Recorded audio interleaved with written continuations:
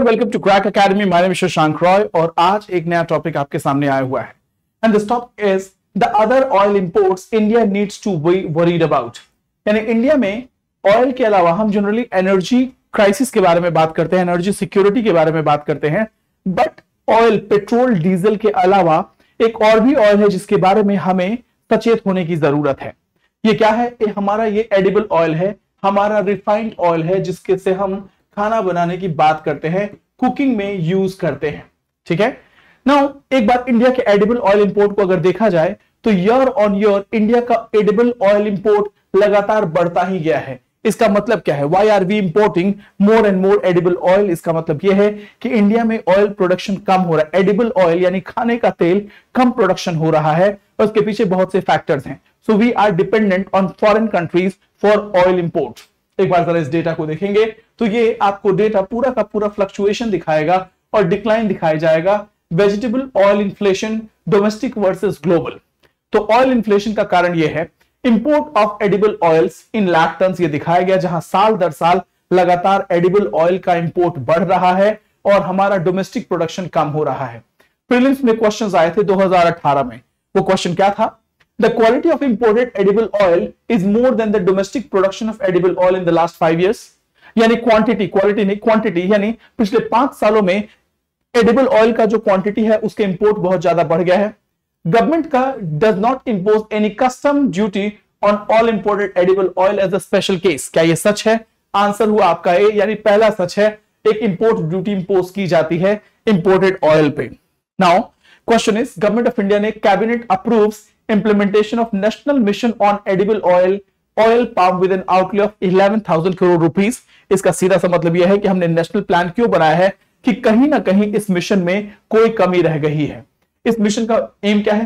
Cabinet ने centrally sponsored scheme के तौर पे मिशन ऑन ऑयल पाम एक स्कीम लॉन्च किया है। इसका स्पेशल पर्पस होगा नॉर्थ ईस्टर्न स्टेट और अंडमान निकोबार आइलैंड। फोकस होगा इंक्रीजिंग एरिया और productivity of oil seed and oil pan. Seed gardens को प्रमोट किया जाएगा और प्राइस अश्योरेंस दिया जाएगा ऑयल फार्मर्स को और फाइनल आउटले होगा 11,040 करोड़ का।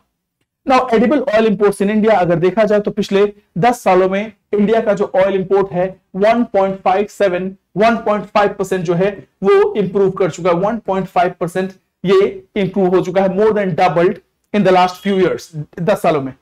वेजिटेबल ऑयल इंपोर्ट जो है 16.5 मिलियन पहुंच चुका है, जो 2024 में अब से बहुत ज्यादा है। इंपोर्ट डायनेमिक की अगर बात बोले तो पिछले 10 सालों में इंडिया में ऑयल इंपोर्ट लगातार बढ़ता चला गया है, बढ़ता चला जा रहा है। इसका मतलब यह है कि डोमेस्टिक प्रोडक्शन जो है वो नीचे चला आ रहा है। सेल्फ सफिशिएंट की अगर बात बोले तो in terms of oil production, domestic oil production we are not self sufficient. Self sufficient ratio जो है वो डे बाय डे कम होती चली जा रही है और इंपोर्ट बढ़ता चला जा रहा है। Now mustard and soyabean major contributors हैं, मेजर एडिबल ऑयल सोर्सेज हैं। कॉटन सीड ऑयल प्रोडक्शन लगातार डिक्लाइन हो रहा है क्योंकि कपास की खेती जो है वो डिक्लाइन हो रही है। राइस ब्रान और मेज कॉर्न से होने वाले जो ऑयल हैं उनमें उनके ऑयल प्रोडक्शन में इंक्रीज देखा जा रहा है। Now impact on domestic oil, traditional oil seed जैसे कोकोनट है, सीसम है, सनफ्लावर है और सनफ्लावर है, इसमें डिक्लाइन हुआ है, यानी इनसे इनके कल्टीवेशन का एरिया जो कम हुआ है। Farmers are not interested in cultivating oil seeds. उसके अलावा चीपर इंपोर्टेड ऑयल के चलते भी होम ग्रोन ब्रांड पे इंपैक्ट पड़ा है, यानी जब हमें चीपर इंपोर्ट ऑयल मिल जा रहा है तो घर में तेल बनाने की जरूरत क्या है। ना डोमेस्टिक ऑयल्स पे क्या असर पड़ा है? ट्रेडिशनल ऑयल सीड जैसे कोकोनट इंपोर्ट की अगर बात बोले तो 2022-23 में हमने पाम और सोयाबीन, सनफ्लावर को बहुत बड़े लेवल पे इंपोर्ट किया है। क्रूड ऑयल में बल्क ऑफ इंपोर्ट जो है वो इंडिया में मंगाए जाते हैं और उनको बाद में यहां पे रिप्रोसेस किया जाता है। वल्नरेबिलिटी टू प्राइस फ्लक्चुएशन, अगर इंटरनेशनल मार्केट में किसी तरीके की वोलेटिलिटी होती है, प्राइस फ्लक्चुएशन होता है, तो उसका बहुत बड़ा इंपैक्ट हमारे ऑयल कंपनीज पे पड़ता है अगर हम इंपोर्ट डिपेंडेंट है तो। इस किसी भी तरीके के, और इसके चलते एडिबल ऑयल का इन्फ्लेशन लगातार देखा जा रहा है। एडिबल ऑयल का प्राइस जो है हमेशा फ्लक्चुएट कर रहा है। Edible oil inflation in India की अगर बात बोले तो ब्रॉडली ग्लोबल इन्फ्लेशन के साथ साथ चलता है, क्योंकि अब हमारा global oil economy, global edible oil का जो मार्केट है वो इंडिया के एडिबल ऑयल मार्केट के साथ इंटीग्रेटेड है। तो जब भी कोई ग्लोबल ऑयल प्राइस में फ्लक्चुएशन होगा, इंडिया के ऑयल प्राइस में भी फ्लक्चुएशन होगा। UN food and agriculture organization का कहना यह है कि वेजिटेबल ऑयल प्राइस इंडेक्स में बहुत उछाल आया है और फिर गिरावट आई है because of global events. Landed price, imports oil का जो लैंडेड प्राइस है वो ज्यादा कम हो चुका है, हाफ हो चुका है, जिसके चलते retail edible oil inflation India में है, नेगेटिव टेरिटरी में जा चुका है।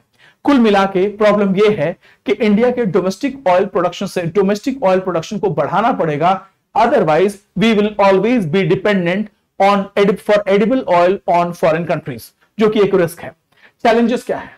चैलेंजेस यह है कि एडिबल ऑयल आउटपुट को हमें डोमेस्टिक सोर्सेज से बढ़ाना है ताकि एक्सेस ग्लोबल प्राइसेस से हम अपने आप को इंसुलेट कर सके। टेक्नोलॉजी इंटीग्रेशन की जरूरत है, जहां पे जीएम हाइब्रिड्स और गवर्नमेंट का सपोर्ट चाहिए।